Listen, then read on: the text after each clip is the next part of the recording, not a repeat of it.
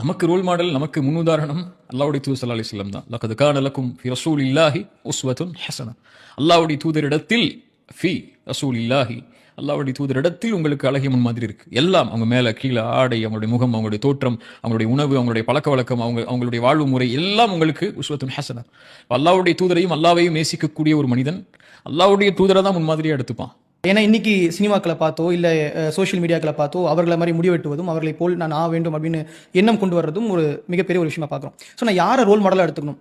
நீங்க இன்னைக்கு social media influencers அல்லது ஆக்டர்ஸ் அல்லது நீங்க சொல்லக்கூடியவங்க எல்லாம் அதுவெல்லாம் போலியான பிம்பம் இல்லையா? அவங்க வாழ்வு முறை வேற, அவங்க உங்களுக்கு முன்னாடி காட்டுறது வேற, அவங்க வெளியே இருக்கிறது வேற, உள்ள இருக்கிறது வேற. ஆனா வெளியையும் உள்ளேயும் இந்த உலகத்தில் இருக்கக்கூடிய ஒட்டுமொத்த சமூகத்தையும் ரசூலுல்லாஹி ஸல்லல்லாஹு அலைஹி வஸல்லம் வரலாறு நீங்க படிக்கும்போது தெரியும். அவங்க இந்த உலகத்துடைய நபித்துவத்திலிருந்து அவங்க மரணமாகிற வரைக்கும் எத்தனை வயது இருந்தாங்க? 63. 40 வயதுலேருந்து 63 வயது வரைக்கும் 23 வருஷத்துடைய ஒரு மனிதருடைய வாழ்க்கை. அவ்வளவுதான். இன்னைக்கு எனக்கு 30 வயது இருக்கும், உங்களுக்கு எத்தனை வயதுன்னு தெரியல. 23 மனிதருடைய ஒரு வாழ்க்கை. ஒட்டுமொத்த உலகத்துடைய பெரும்பான்மை சமூகத்தை ஒரு மனிதரை அவங்க பார்த்ததில்ல. ரசூலுல்லாஹ் பார்த்திருக்காங்களா இந்த உலகத்தில் யாராவது? நம்ம வாழக்கூடிய ஜென்ரேஷன்ல பார்த்ததில்ல. அவங்களுடைய உருவம் எப்படி இருக்குன்னு தெரியாது.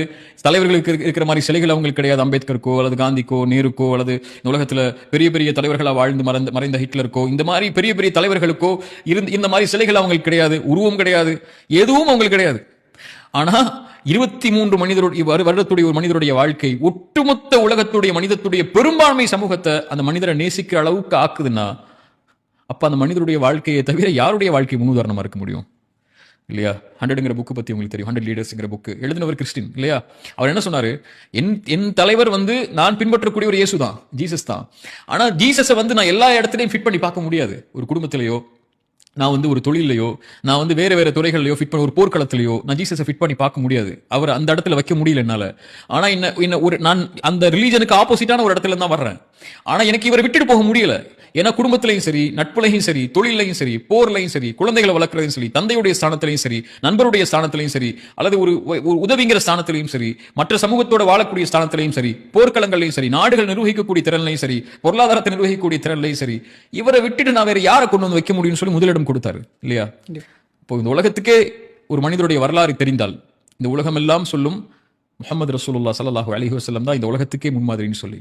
இன்னைக்கு பலருக்கு அவங்களுடைய வாழ்க்கையே தெரியாது, நமக்கே தெரியாதுன்னு வச்சுக்கோங்களேன். நம்ம சமூகத்தில் வாழக்கூடிய பலருக்கு முஹம்மது ரசூலுல்லாஹ்ங்கிறது ஒரு நபி, நாங்கள் அவங்களை நேசிக்கிறோம்னு வாயால சொல்லி அவங்க புகழ் மாலை சூடுவாங்களே தவிர அவங்களுடைய வாழ்க்கை தெரியுமான்னு தெரியாது.